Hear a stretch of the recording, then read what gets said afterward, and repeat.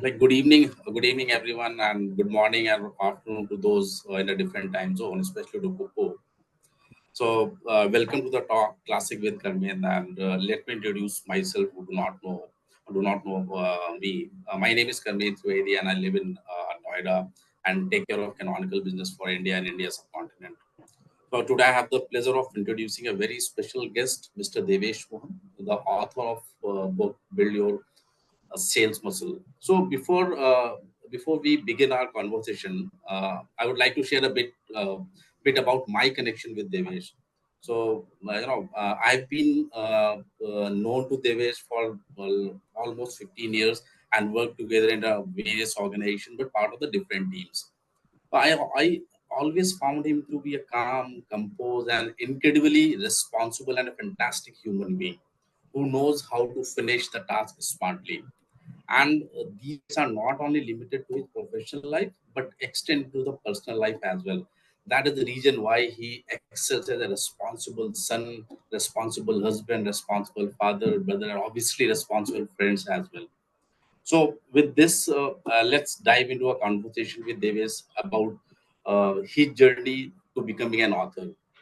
So, Devesh, firstly, many congratulations on the publication of the Hindi version of your Build Your Sales Muscle. With Thank you. so, with yeah. So with nearly 30 years of your IT experience, Devesh, and like various leadership roles, like organization like Novel, HCL, SUSE, Microfocus, and now Canonical. So you must have a demanding schedule managing professional tasks and delivering your best performance. So first question to you from my side is writing a book is an incredibly time-consuming endeavor that requires a deep thought and dedication. Could you share how you managed to balance these responsibilities and what exactly motivated you to publish Build Your Own Muscles initially in English, now in Hindi version? Over to you, Devesh. Yeah. Thank you, Karmil. Uh, I think it all started during the COVID times because that's when I started looking onto the how I can work on my English version. And luckily, at that point of time, travels were totally out of question. So I think from that point of time, I developed that habit of doing an effective time management. And till today, that's how it has been structured. Is that because I am into a global role, my typical office day starts around 11:30 and or 12, okay, in the afternoon, and it goes up to 10:30. But before that, for a couple of hours, 2 3 hours, it's all about personal growth. What we can do from what I could do in terms of to become a better individual. And that's where it's both the health and mind, which is there, whether I need to invest time in terms of to do some healthy stuff to keep my mind sharp, to keep my health good, and then looking on to what I can spend time in terms of to do some reading or having discussions with my card partners who are there. And thank you everyone, Kiran and Ashish, Ram, who have joined. So spend time in terms of that, how we can really build something through which we can actually give back to the society by sharing our experiences. And that was something which I invested time in terms of uh, to really go through, and first writing the English version, and then second it was about translating it to the Hindi one.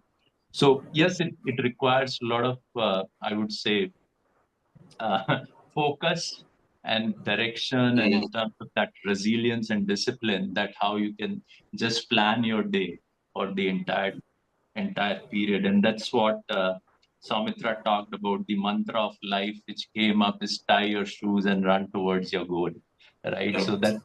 that's something which I keep repeating. I keep telling to everyone, that's how something you need to set goals, because goals helps you to have focus and gives you a direction in which you have to work. And then once you know that, then you are aware that where you are lacking, what are the things on which you need to get help from others, take support, right? And then work towards it to make it successful and give the delivered outcome.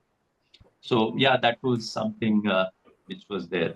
I think you put up the second part of the question there, which was, I think, So yeah, so yeah, it was a motivation. Like what okay, motivated you to, yeah, to yeah. write this book? Yeah, so I think that was again, it was all because there was so much time for reflection during COVID. Yeah, and it felt to me that yeah, there is so many things. There were bits and bytes of different stories which were there. Dheeraj touched upon one of that blunder which I did in my early part of the career. So there are like many of those which were there, and uh, as we say in sales, we have to actually have more failures than success, right? And actually, those failures shape you as an individual, what you're there.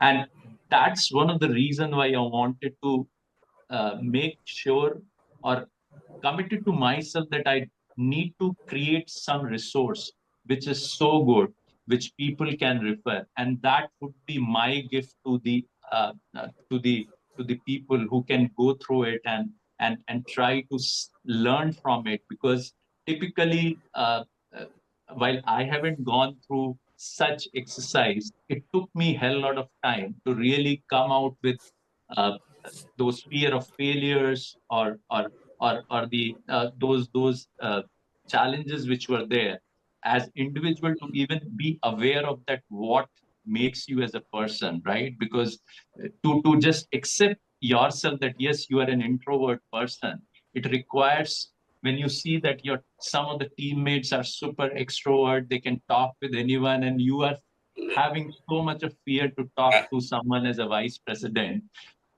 of any organization, and how you have to come out of it, that may take so much of time, and it can give that stress to yourself. How you can overcome that, and some of those examples are there which I wanted to share, so that the younger generation or people who want to really get a perspective out of it don't take so much of time, and they should understand this is all normal. There's nothing, every person has a personality, everyone has a characteristics with which they have built. So they need to just be aware of what is their strength and work on those. So yeah, Understood, understood.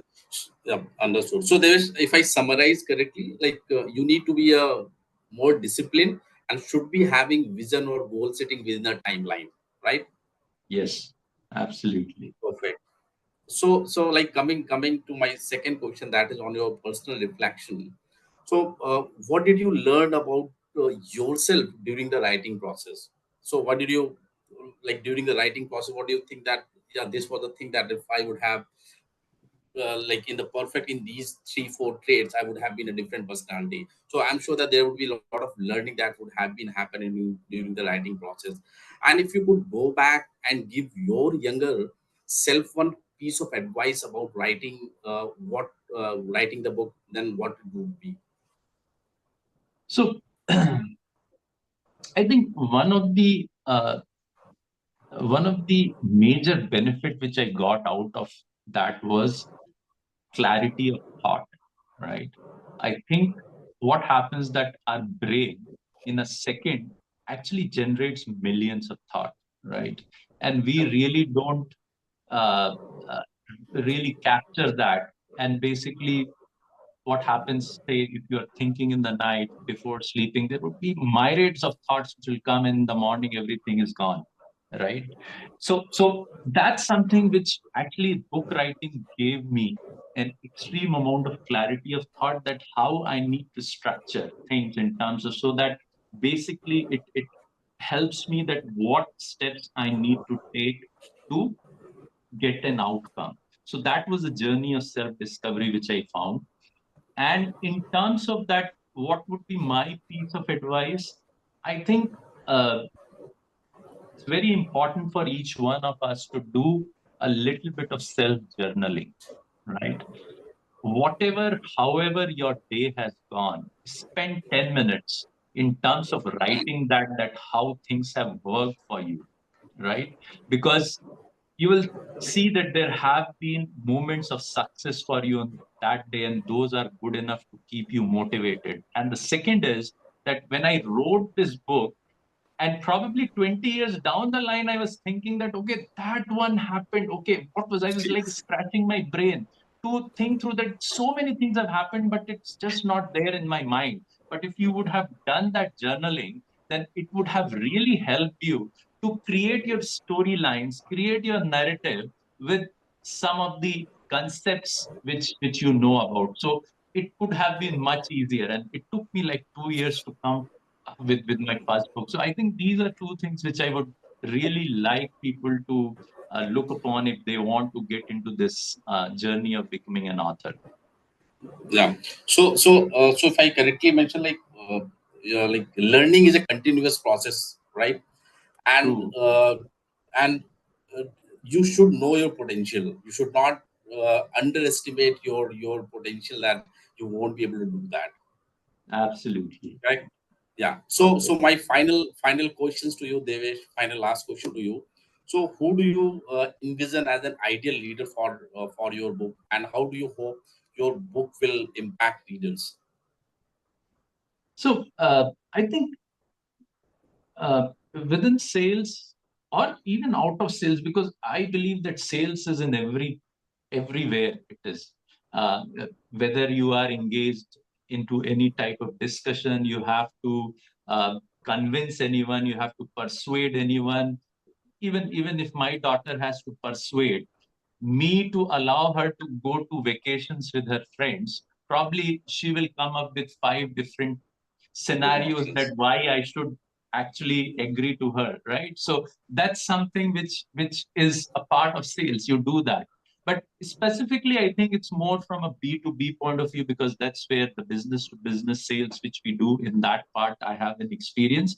And it actually fits in all for emerging leaders who are there, who want to really look upon that how they can really learn and grow. So there's a lot of tips which are there which they can use. There is every chapter has exercise after the chapter, and it's very self assessment based exercise. They can go through it will help them. The second, even the experienced sales people who are there, it's because life, it's all about perspective, right? Because you may have a perspective, but it's always important that you understand perspectives from different corners of areas, so that it it it helps you to appreciate that how different people are thinking, right? So you don't become too opinionated.